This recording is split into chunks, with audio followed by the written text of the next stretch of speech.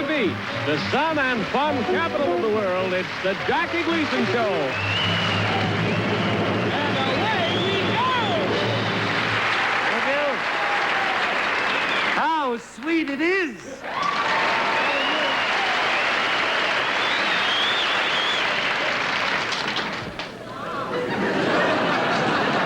Sam, good night. Ladies and gentlemen, our orchestra leader, Sammy Spears.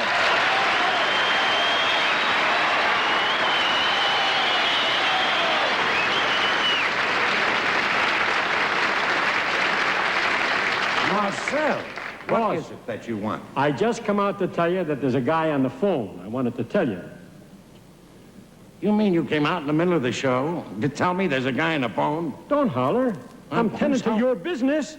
The guy's on the phone for you. He says there's too much violence on television. He wants to know if you're going to have more violence on your show. We don't have any violence on the show. No, when you went through that brick wall, that was something, huh? Don't start that. There's no violence on the show. Well, he says there's too much violence on TV, and he says he can't say he hates it. He said he saw a TV show last night that a man came out on the screen, and he had both legs busted, his skull was cracked, he had two black eyes, he was all bandaged up from head to foot. Bandaged from head, and he was just the announcer. And he says he didn't want any more. I guess he has no right to complain, huh? He has a right to complain. Who said he had no right to complain? He can complain. Let him complain. What about me? I guess I have no right to complain, huh? No, you can complain. Go ahead. What have you got to complain about? Oh, get him. He wants to know, what have I got to complain about? Yeah. I'm married 30 years to the same miserable stunk of a wife. And you want to know what I got to complain about? Did you ever see my wife's measurements? 55, 55, 55. All mouth.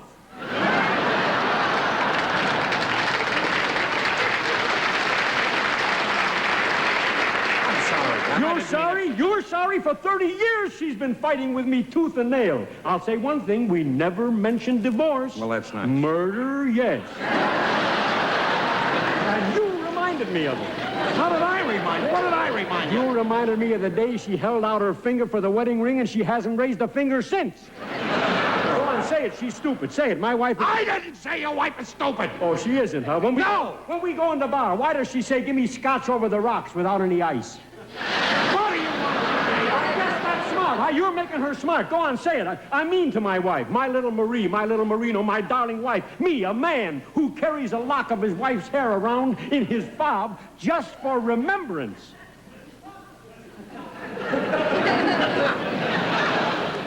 You carry a lock of your wife's hair for remembrance? Yep.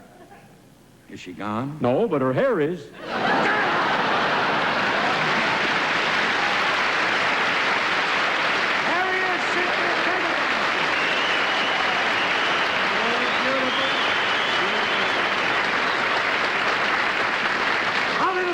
Music sound. And away we go.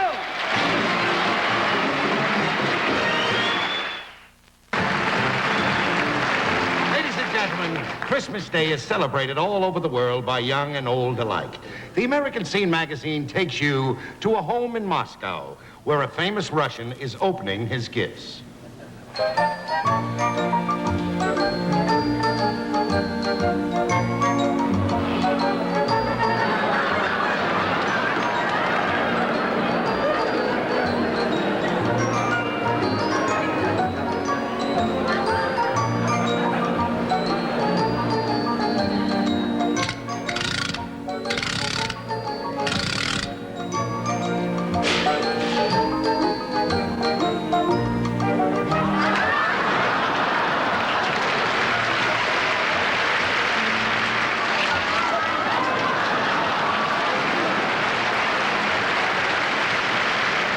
Thank you, and good evening, ladies and gentlemen. Welcome to It Pays to Be Ignorant, the scholarly program with the scholarly panel.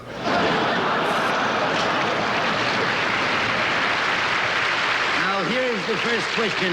You know, Dr. Pagestone, if you ask me, I think you and Mr. Mansfield is in cahoots. Mr. Mansfield? Well, a brother of yours could be in cahoots. We are not in cahoots. We're not in cahoots either. We're in Miami Beach. Oh, really? Miami?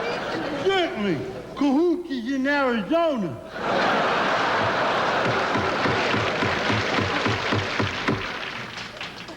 This next question was sent in by Mrs. Anthony Hennig of West Lampshade, Vermont. Here is the question. What state was Baked Alaska named after? Is that a cooking question? No. Oh, I don't like cooking. It's so cookie. Come to think of it, Doctor, you're a little cookie yourself.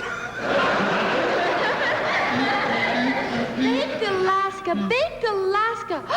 Is that anything like baked lasagna? No. Baked lasagna, that reminds me. You know what I had for breakfast this morning? Fried Louisiana Bayou. What's Bayou? What's Bayou? Nothing much. What's new Bayou?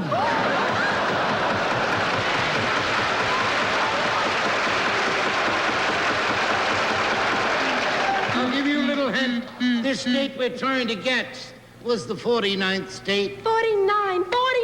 49? Why here 50? 55. Why here 55? Why here 60? 65. So 65. 70, I bet. Why here 70?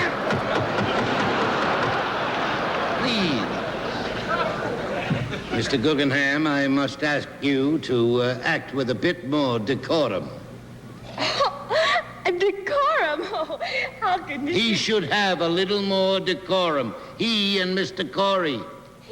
Oh, Dr. Pershcone, how could they have a little more decorum? They're not even married. Miss Mansfield, why don't you go and take a cab or bake a cake or do something just to break the monopoly? Monopoly? You mean monotony? Oh, no, Dr. Perchcombe. Monotony is the name of a movie. Monotony on the Bounty. No.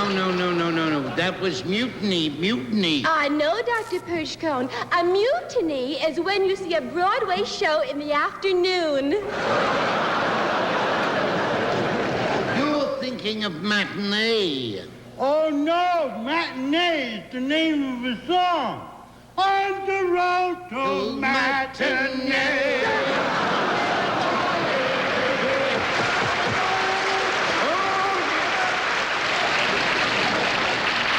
Well, ladies and gentlemen, our time is up for this evening.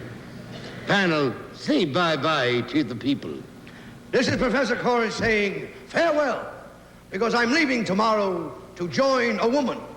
I'm trying to forget the Foreign Legion. And this is Jayne Mansfield saying, if you pick off all the buds from your trees this spring, you won't have any leaves to rake up in the fall. And this is Crazy Guggenheim saying, if you beat a better pathway, the world will build a door to your mousetrap. And this is Dr. Galbraith Perchcombe saying, wow.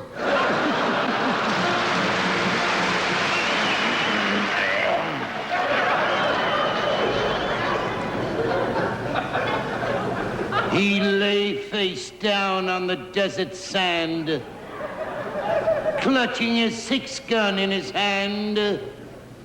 Shot from behind, I thought he was dead, for under his heart was an ounce of lead.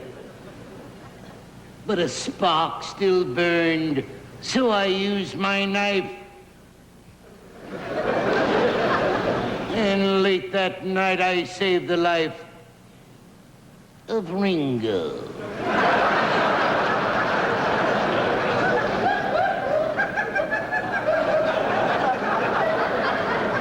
I nursed him till the danger passed. The days went by, he mended fast. Then from dawn till setting sun, he practiced with that deadly gun. And hour on hour I watched in awe. No human being could match the draw of Ringo.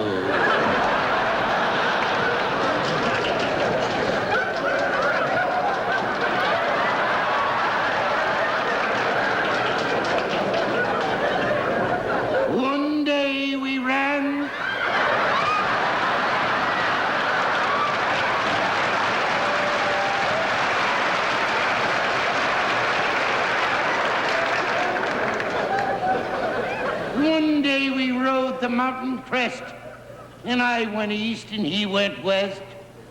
I took to law in Morris Star, while he spread terror near and far.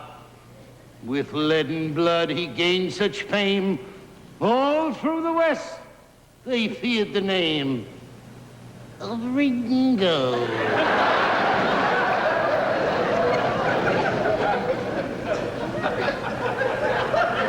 I knew someday I'd face the test, which one of us would be the best.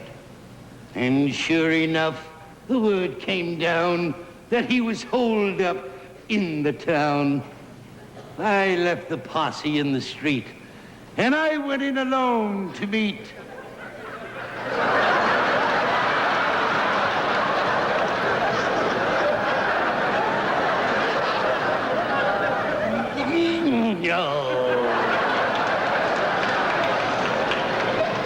They said my speed was fast, next to none.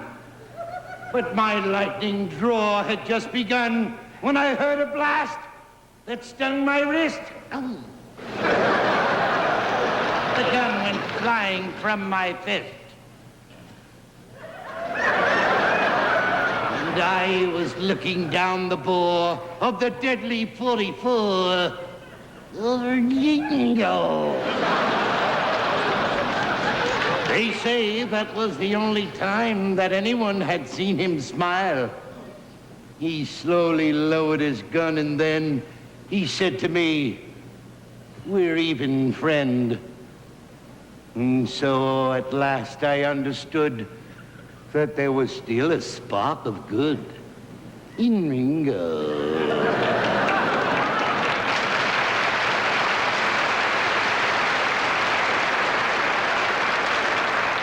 I blocked the path of his retreat. He turned and stepped into the street. A dozen guns spit fire and lead. And a moment later, he lay dead. The town began to shout and cheer. Nowhere was there shed a tear for Ringo. The story spread throughout the land that I had beaten Ringo's hand.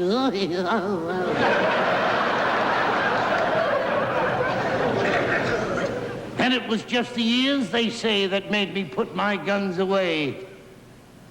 But on his grave they can't explain the tarnished star above the name of Ringo.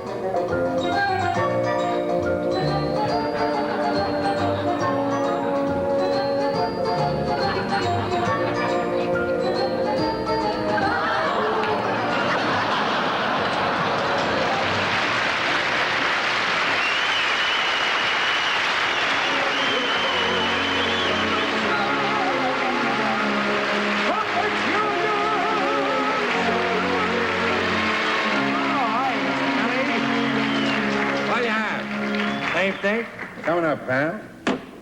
Doody-doo-doo-doo-doo-doo-doo-doo. Try. What?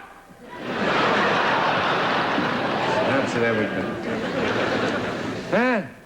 Nothing. Just sitting here reading. Got a lot of interesting things in this American Scene magazine this week. Got a thing here about a woman who went on a liquid diet. She was on it less than a month. She lost 5 points.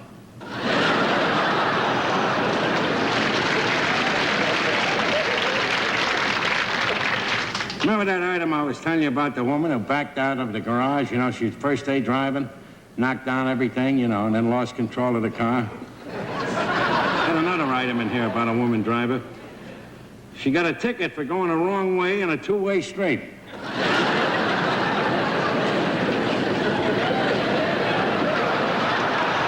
Huh? Oh, Crazy? He's in the back. I'll call him out. Hey, Crazy!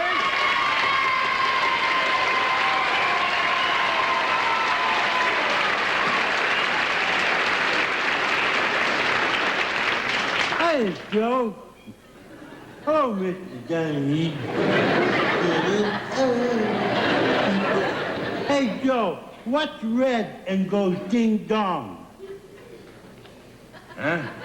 What's red and goes ding-dong? I don't know. A red ding-dong.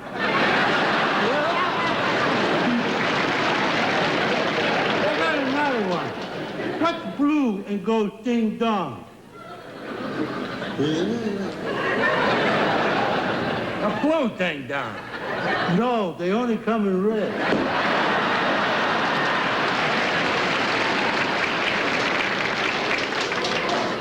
Oh, boy, Joe, you missed the big Thanksgiving pageant. It was sponsored by the SSOFS. That means the Smiling Sun I of the know. It was terrific, Joe. They held a semi-annual patriotic pageant. Semi-annual. That means every 3 years.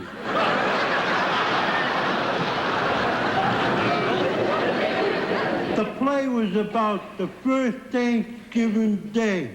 It was terrific, Joe, and it was a big financial success because Kenny Galanza was the business manager.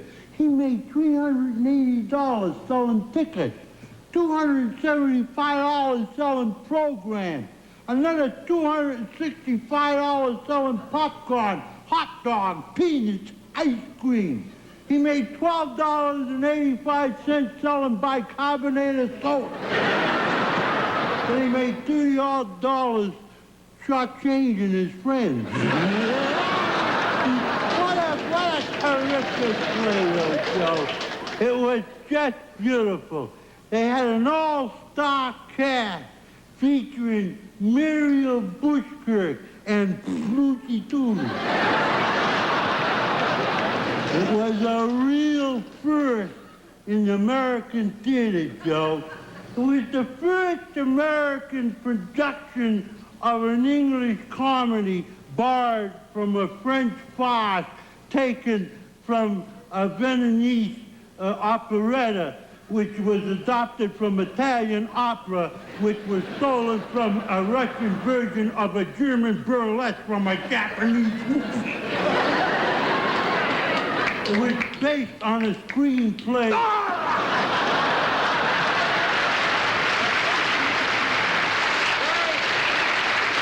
Singing Donaghy and I a little song. Okay, Joe. Hey, Don, put a dime in number 15.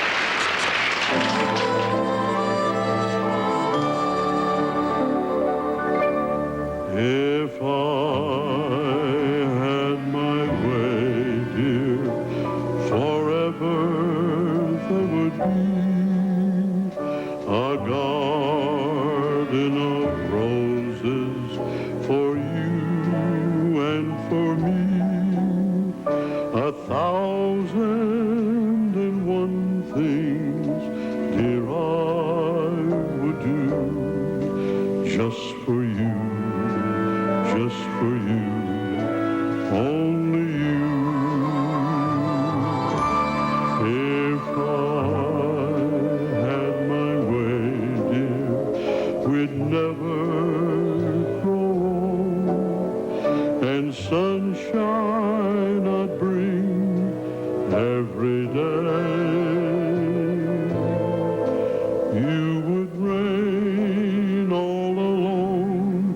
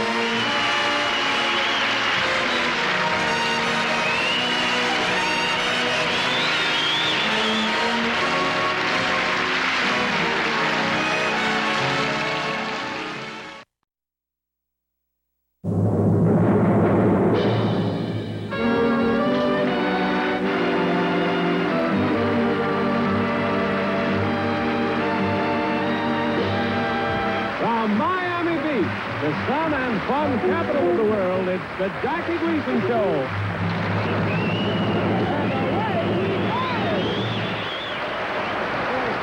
How sweet it is. There he is, our orchestra leader, Sammy Spears. Take about time. I got a story to tell. This is true story. There was a guy in my neighborhood by the name of Luigi. And he opened up an Italian restaurant. And he was doing, it was a little joint, you know, with a counter and a couple of chairs. And he was doing very, very nice until one day, a guy by the name of Angelo opened up an Italian restaurant across the street. Now, Luigi thought this was the worst thing in the world that could happen to him. But he was wrong. It was the best thing that could have happened to him. Because as soon as he saw this restaurant across the street, he took out the counter, put in tables, put tablecloths on, you know, got chairs. Now, as soon as Angelo saw this going on in Luigi's, well, he got white tablecloths and little styrene foam chairs. And he got a little Italian singer that would walk around singing all night in between the tables. Well, as soon as Luigi saw this, he got a little Italian dwarf that played the accordion. And he'd walk in and out and under the tables playing all night. Well, as soon as Angelo heard about this, he sends to Italy for a friend of his that made the greatest pasta fazool in the whole world. And he made it with a little facciamatas mozzaroni cheese on it. Real fine. Well, Luigi, he sent for his friend in Italy.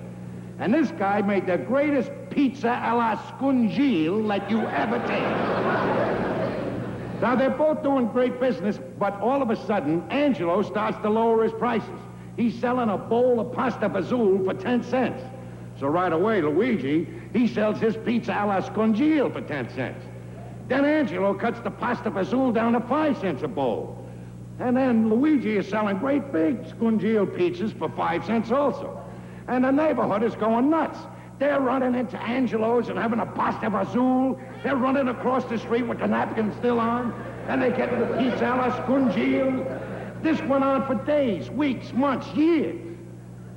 I suppose you wonder what happened to Luigi and Angelo. Well, I'm going to tell you. I am the sole survivor of a price war between two Italian restaurants.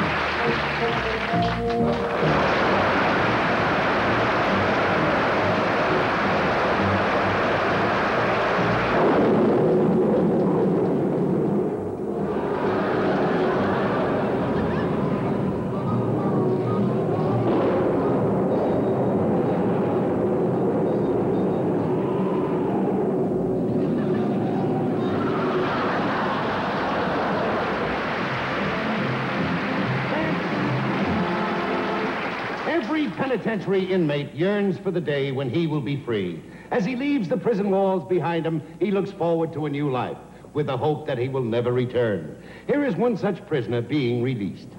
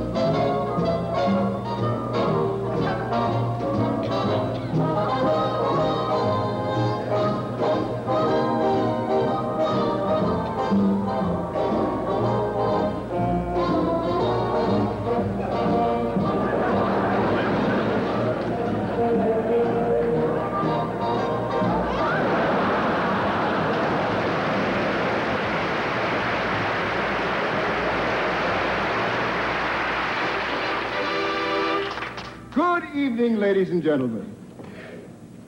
The makers of Refresher water coolers welcomes you to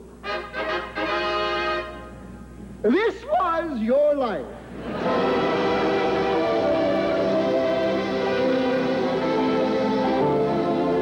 Ladies and gentlemen, each week at this time, the sponsors of our program, Refresher water coolers, bring to you a life brought to you right before your eyes of someone just like you. So, without further ado, let us welcome to our stage now, Mr. Reginald Van Gleason III!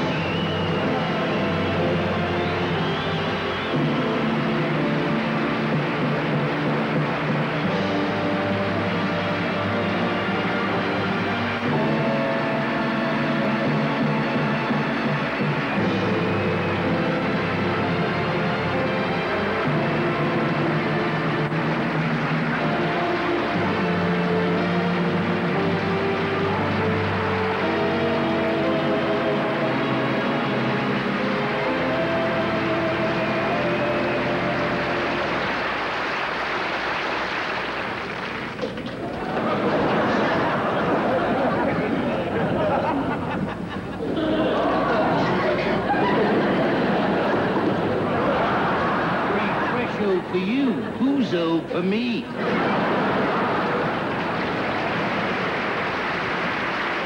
Oh, Mr. Van Gleason, you do have a grand sense of humor.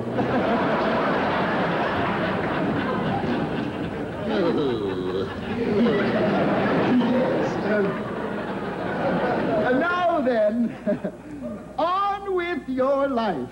Reginald Van Gleason III. The year is 1925. You were a boy, just a boy, attending grammar school. Reggie. Oh, what a clam. Hey, do you remember this voice? Reggie, you'll have to stay after school. Oh, yes. My school teacher, Ramona Rowboat.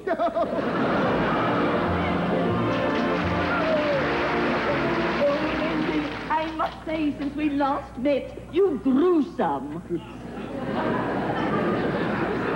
You're pretty gruesome yourself.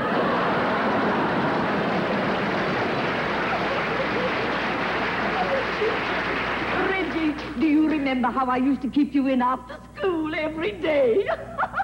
Yeah. Reggie, do you remember when I made you wear the dunce cap? Reggie, do you remember when the ruler broke over your hand? I'd like a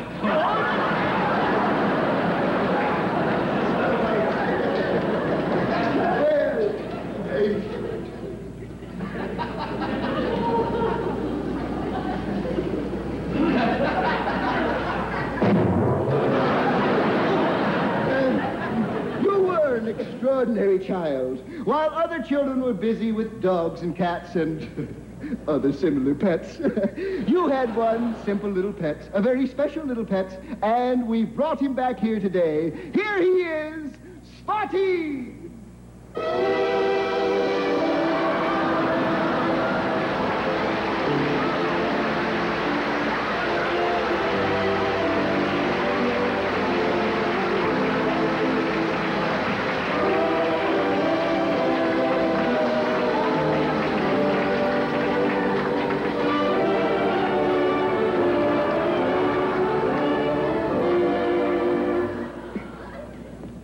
I thought that was a hangover.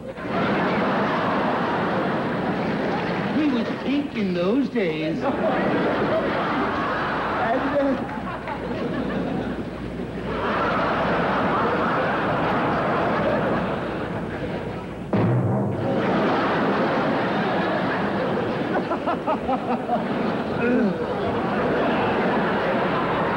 now, Reggie, here is a big surprise. Do you remember a little girl that lived next door? To you when you were 5 years old?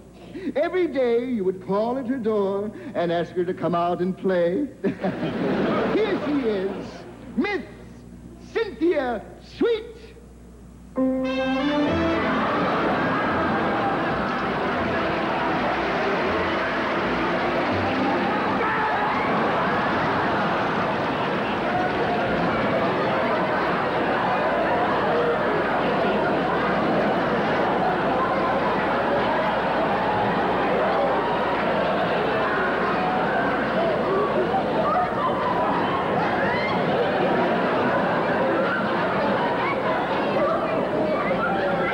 Must have been puppy love. She turned into a dog.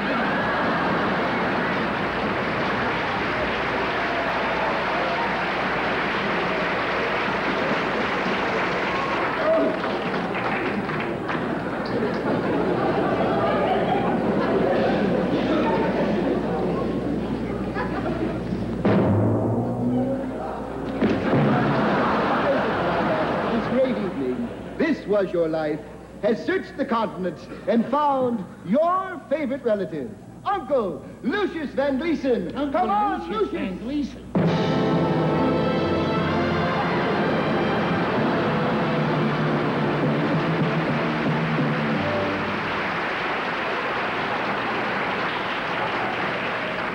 Oh, Uncle Lucius, it's so good to see you. This calls for a celebration. Are you prepared? Certainly. Bring on the girls.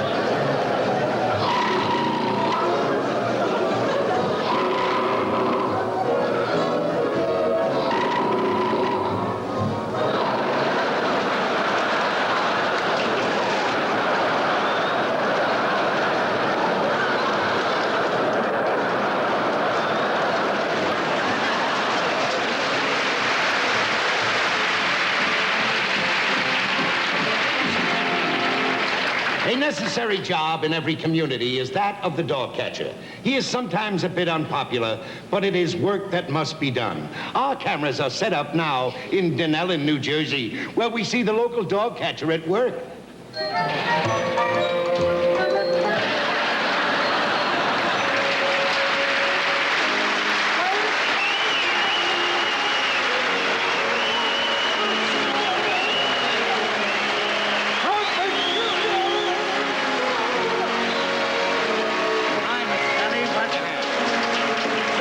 Coming up, pal. Ra-da-da-da-da-da-down, ta-da-da-down. Yeah, da-da-da-da-da-da-down. Huh? Oh, three are always better than one. Nothing. Reading the American Scene magazine. Hey, you gotta hear Miss Barefax tell him. She's got a doozy in here today. Where'll I find it? It's gotta be in here someplace. Here it is. Stuck together. It says, Dear Miss Barefax, is the old saying true that it's the little things in life that make an impression? Signed, Student. And she says, Dear Student, the little things in life do make an impression. For instance, you can sit on a mountain, but you can't sit on a tack. A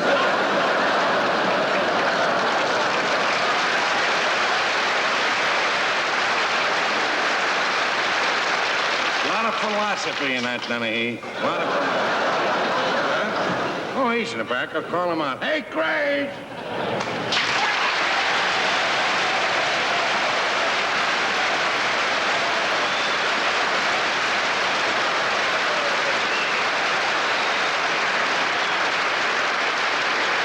Hiya, Joe. Hello, Mr. Day.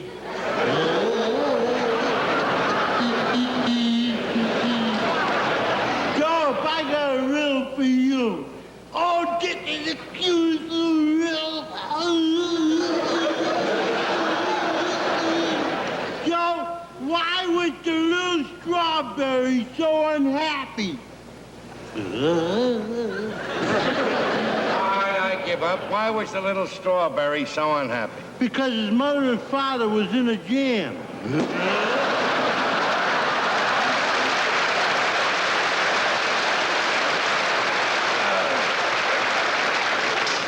I got another one for you, Joe.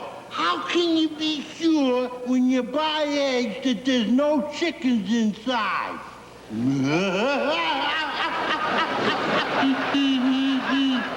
Just buy turkey eggs.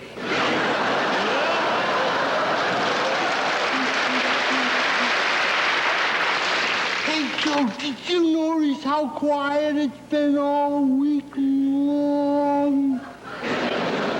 You know why, Joe?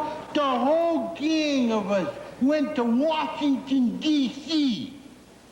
D.C., that's the opposite of A.C. Really terrific, Joe. We all went down to Washington, and it was sponsored by the SSOFS OCYROWEXOPRCCMOIC. That means the Smiling Sons of the French. I know.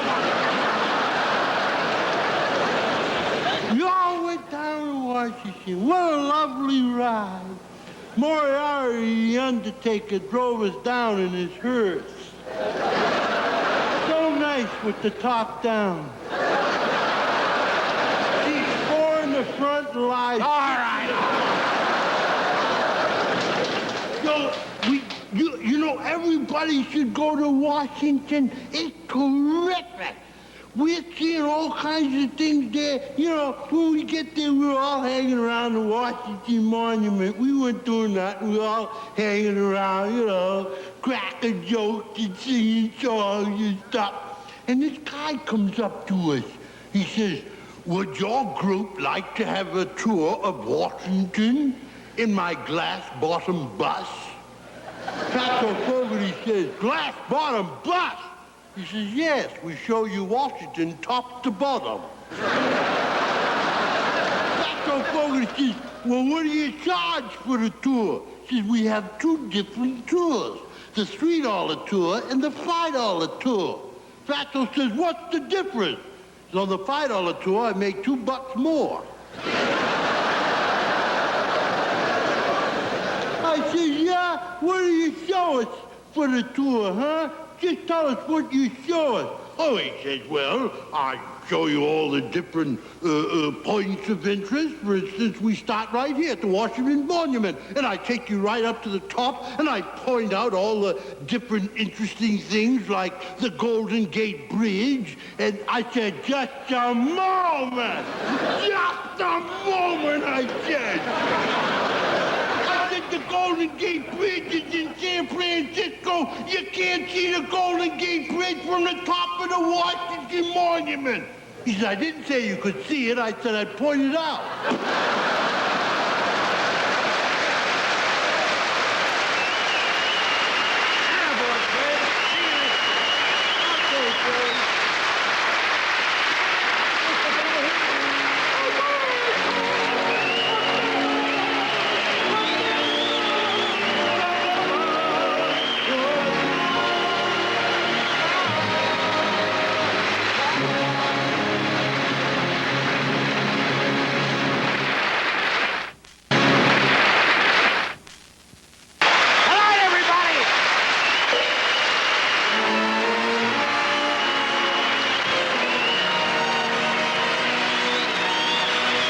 Robert Stack Week continues on The Late Movie with the Scarface Mob tonight at midnight.